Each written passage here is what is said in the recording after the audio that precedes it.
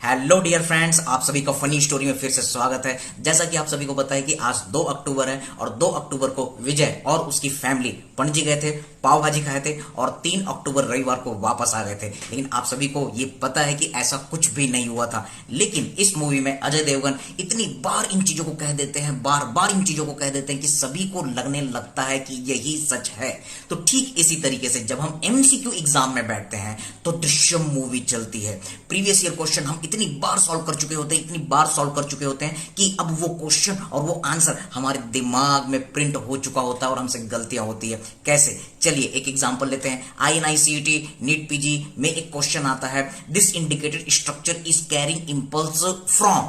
Yes, arrow होता है fornix के ऊपर और ऑप्शन होते हैं हिप्पोकैम्पस, मैमेलरी बॉडी, इंसुला, एमाइगडेला। और हमारे ब्रेन में प्रीवियस ईयर क्वेश्चन सॉल्व करने के कारण हम देखते हैं कि this fornix is carrying impulse from, तो आंसर होता है हिप्पोकैम्पस। हम हिप्पोकैम्पस पढ़े हुए रहते हैं, लेकिन अगले सेशन में जब वो फ्रॉम की जगह टू लगा देते हैं तो इस दृश्यम मूवी के कारण हम फिर से सोचते हैं कि this indicated structure carries impulse to.